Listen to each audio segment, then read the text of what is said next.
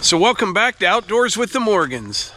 It's another beautiful fall day, and I just came out here in the woods and made a quick and dirty food plot bypass trail, I'm calling it. I'll show you what I did here and why I did it.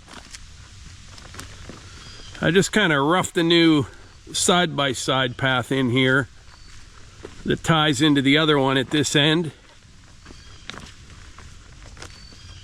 Straight ahead takes you to Levi and Kate's place. In the old trail, I don't know how this all happened, but it did. The old one makes like a 90-degree turn right here and goes right out onto the food plot, and you make a 90 and then another 90 and you take the road back to the house. So I just kind of eliminated all those turns, and now you only have one over there by the skid loader. It'll serve two purposes. One, it'll keep us from driving through the food plot as it grows, and two, it gives us a straighter shot on the trail. And once I got the grapple on and got out here, it took less than 10 minutes to get her done. But this was the first I ran the skid loader since I cleaned it up the other day. It looks good. I might have went a little heavy on the armor all on the inside. I was kind of sliding around on the seat a little bit. Looks pretty good though. Next up, I need to take this machine down by my sister's place and bring back a couple logs. Now where we're going is only about 1,000 feet that direction, way down the bottom of the hill. But to get there, we'll head back to the house, to the wood yard, down towards the pond, and then down her driveway, gather up the logs, and take them up to the sawmill. I think what I'll have to do though is probably take the side-by-side down first with my saw and a couple other things, then come back up and get the skid loader, take it down, get the logs, and then go back and collect my stuff.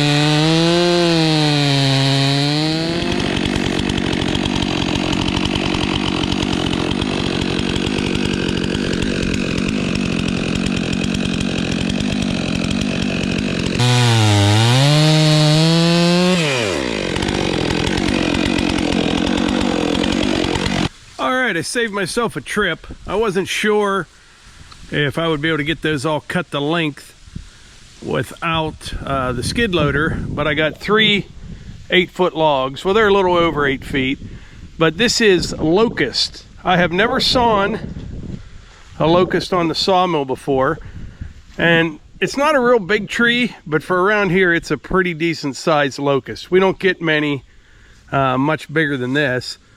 But out of those 3 8-footers, I will be able to get a few fence posts out of there for sure. Like I said, I've never sawn one before. Now my buddy Dean, he saws a lot of fence posts, and locust is the perfect wood for that.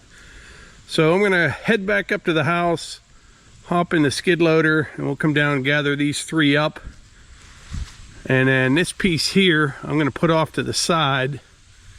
I'll tell nephew Christian, you could cut that one up for firewood. When I come down, I think I'll bring the skid loader over that way in right next to the tree line. Right over here behind the buggy. It always stays real wet in there, but I should be able to get these out of here without making too big of a mess. And I hope, yeah, I should be able to. I'm going to get all three in one trip with the grapple.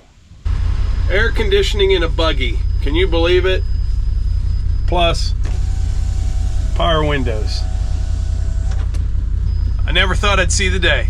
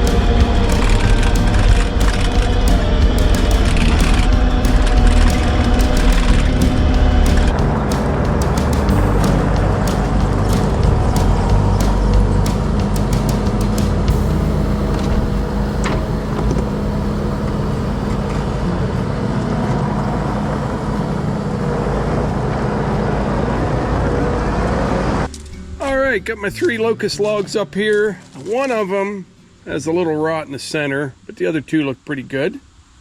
Next up, I got to run down to my mom's place and get her grass cut. It's been a while since I was down there, and it was wet for so long. I'm sure it needs it by now.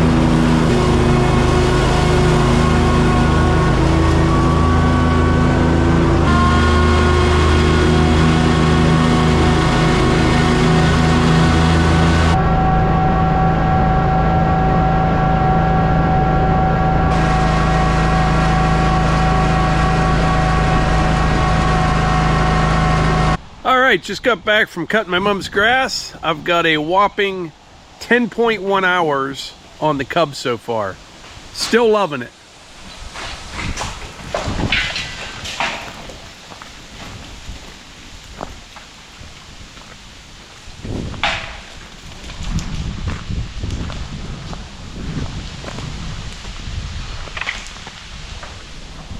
The acorns are still falling.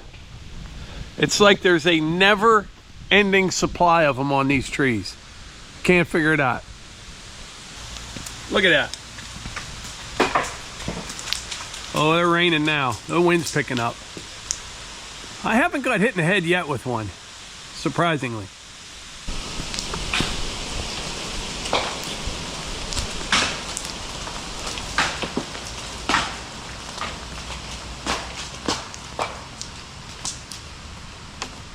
All right, me and the Hunt Man just got back, but I wanted to give a little shout out to the Blue Roo here. You probably know the backstory on this. This used to be Hannah's car, and we bought it when she was going to trade it on a new one. And Hunter and I, we drive this thing everywhere. I haul a bunch of stuff in the back. It's got about 124,000 miles on it, and they are really good cars. The only problem, it eats brakes. I don't know why, but besides that, and then there's a heat shroud that rattles. I think every Subaru does that. But yeah, we run this thing hard. It holds up well. It does. I figure if I'm not towing anything or hauling anything, there's no sense taking a big truck when we can drive the Blue Roo here.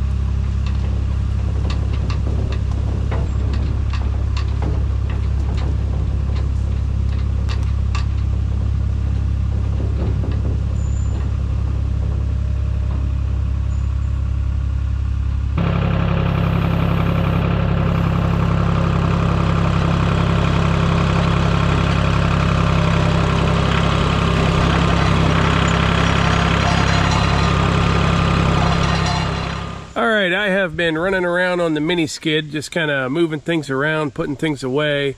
But I just moved the log splitter and the dump trailer, because somewhere right in here, I'm not exactly sure where. I mean, it's going to go in here, but I don't know how far off the road. We're going to build like a 12 feet deep by 30 feet long, a little shed similar to the wood shed. It'll just be a lot bigger. And what we'll put in here is seasonal attachments.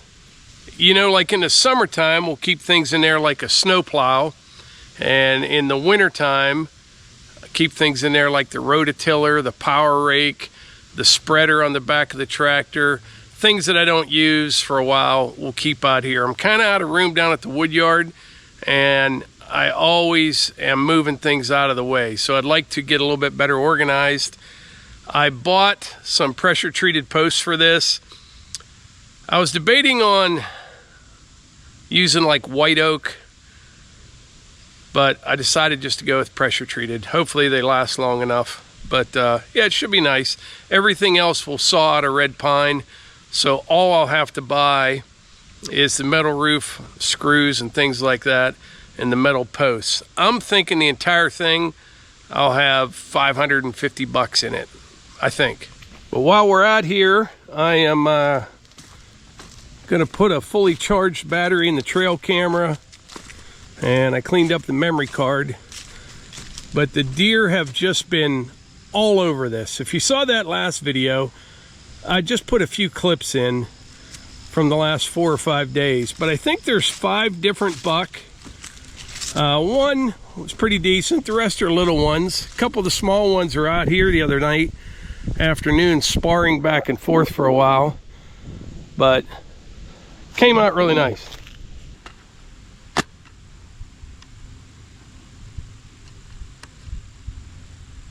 Maybe late winter or early spring, I want to make this all just a little bit bigger, maybe another 50 feet that direction.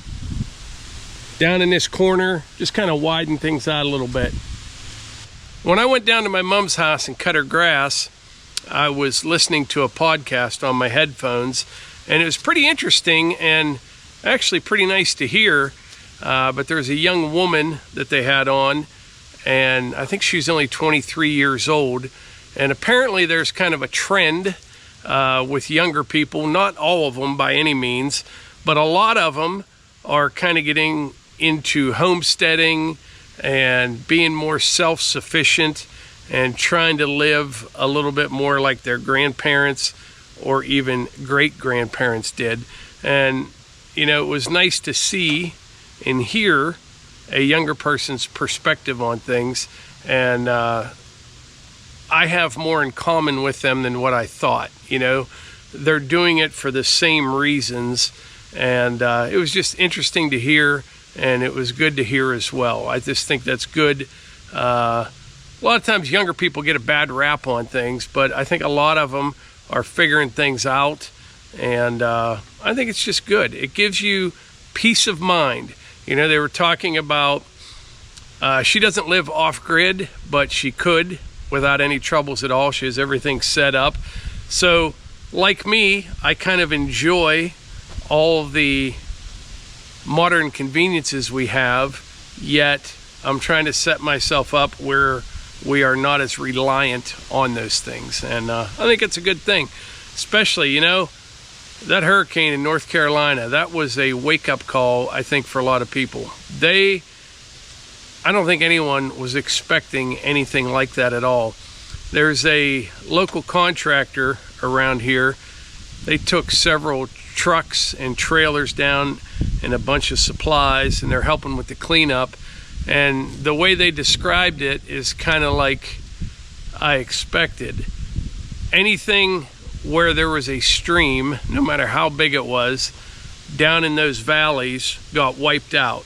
So it wasn't like, you know, there's a whole lot of blown down trees, but that raging water is what did all the damage. So if you had a small stream, it might have been 150, 200 feet wide, everything in its path is gone. So you picture all those mountains, all those hills, all those valleys, anywhere there's a stream is pretty well wiped out, or a river. Whole towns were wiped out. But he posted a bunch of pictures on Facebook and made a nice post and where to donate and all that kind of stuff. But I think that was a wake-up call for a lot of people. I do. But anyway, I think that's about it for today's video. I appreciate y'all being here. Before you go, double check, make sure you are still subscribed to the channel. If you are not a subscriber and you enjoy this type of content, please consider subscribing, and we will catch you on the next one.